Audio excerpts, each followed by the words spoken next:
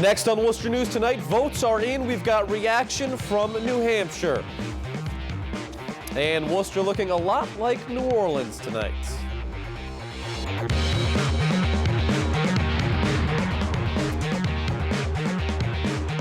Good evening, thanks for joining us. I'm Tim McCone. We begin tonight with breaking news out of New Hampshire, where results are in for the primaries. Donald Trump has been declared the winner on the Republican side by NBC News. Trump has just taken the stage. Now, with 42% reporting at this time, John Kasich is in second, Ted Cruz third, followed by Jeb Bush and then Marco Rubio. As for the Democratic side, Bernie Sanders is your winner. Hillary Clinton calling Sanders and conceding to him.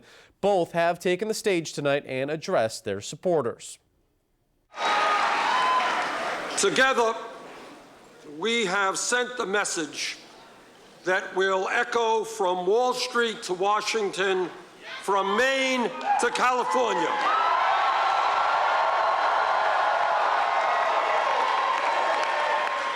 And that is that the government of our great country belongs to all of the people and not just a handful of wealthy campaign contributors and their super PACs. I know I've had a blessed life, but I also know what it's like to stumble and fall. And so many people across America know that feeling. And we've learned it's not whether you get knocked down that matters, it's whether you get back up. Now, New Hampshire is obviously the center of the political world today, and our Andy Madison was in the Granite State earlier and has a look at how the whole day unfolded. Primary day in New Hampshire. I voted for Bernie Sanders. I don't understand why anybody would vote for anybody other than Donald Trump right now. I would love to vote for Hillary, but there are some things she's in her voting record that I don't agree with. The road to the White House goes through New England today. The Granite State becoming the focus for all candidates vying for their party's nomination. Several central Massachusetts politicians are also in New Hampshire for the primary. State Representative Peter Durant among those stumping for GOP candidate John Kasich. John Kasich's the best person for the presidency based on his experience. He spent many years in Congress. He spent 18 years on the Armed Services Committee. Recent polls show Democrat Bernie Sanders and Republican Donald Trump as the favorites to win. Over the years, this primary has carried a lot of weight in the presidential race. Our primary is coming up on March 1st, and so it's important to come up here. We've been knocking on doors, making phone calls, getting the word out for Governor Kasich so that he can have that strong showing here in New Hampshire. It's a really big day, yeah. I think it shows just by the, how many people are showing up. It's really important. I think this year more than a lot of other years, Andy Madison, Worcester News Tonight. Now, election officials in Massachusetts are reminding residents of the upcoming voter registration deadline. Wednesday is the final day to register for the March 1st presidential primary in Massachusetts. The Worcester Election Commission says their office was busier than usual today with people registering. The office also says they have seen a spike in online registration over the last few days. Secretary of State William Galvin says about 70,000 people have signed up to vote or change their enrollment status through the state's online registration website, registertovotema.com. Some sad news out of Worcester today as former state rep William Glodis Jr. has passed away. Glodis served 18 years as a state representative from the 16th Worcester District. Glodis was a graduate of South High School and Worcester State. He is the father of former state rep and Worcester County Sheriff Guy Glodis. He also was a Navy veteran and served in the Worcester Public Schools as a guidance counselor for more than 40 years. Glodis was 83 years old. 24-year-old Worcester man is arraigned Tuesday morning in Worcester District Court. He faces multiple charges, including drug and gun violations. Our Patricia Nicholas was in the courtroom today and has the details. 24-year-old Hector Pinero Jr. did not show his face in court Tuesday, but he is well known to Worcester police. He was arraigned on various charges, including possession of a firearm without license to carry, firearm violation with 3 prior violent drug crimes, and resist arrest. Worcester police say they went to Pinero's home on Franklin Street to arrest him on a charge of assault with a dangerous weapon.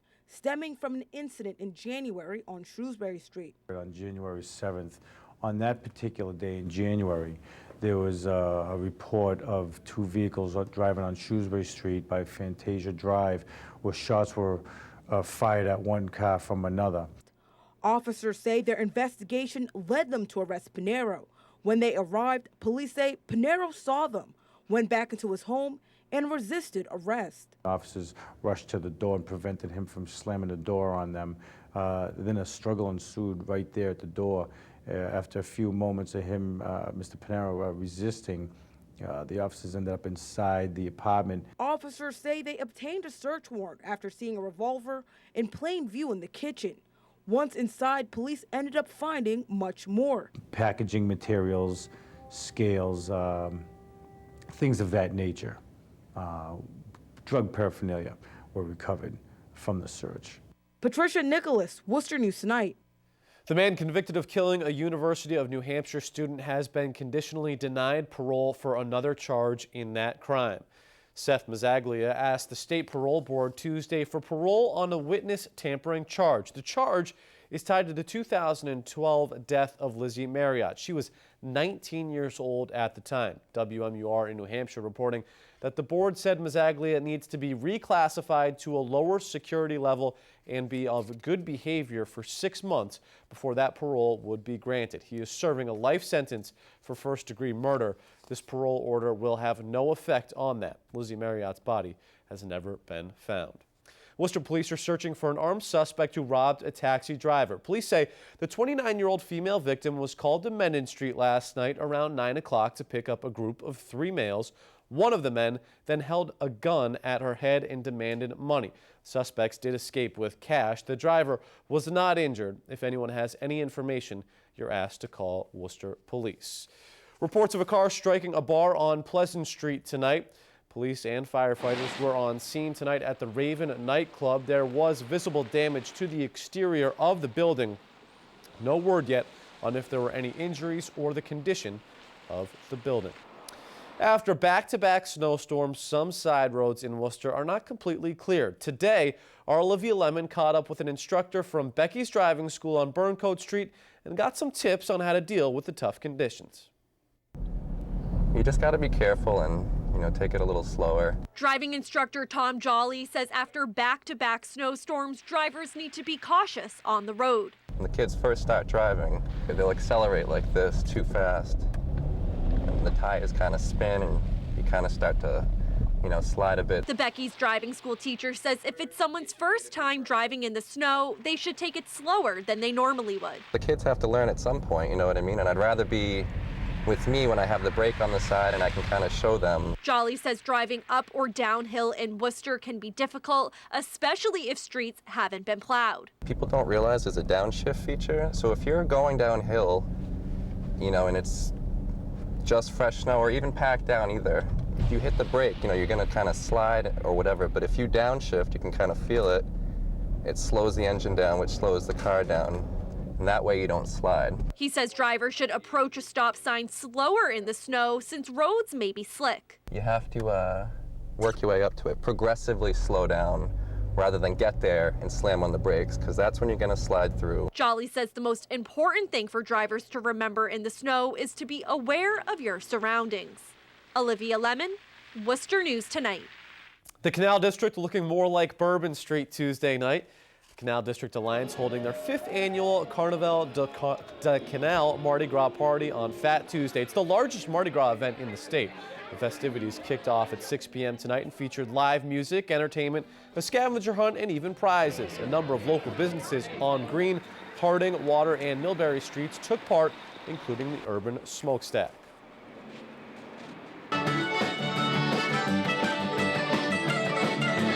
Love the music of the Cajun and Zydeco in Louisiana, New Orleans. We just enjoy it. We've been to many music festivals. I love this music and love the food. one of the things that my husband and I, both of us used to work in Worcester, and it's really great to come into the Worcester area because they have a lot of cultural things going. There's a lot of arts happening. There's a lot of young people, and people are trying to make things go. This whole Canal district is fabulous, and so it's exciting to come.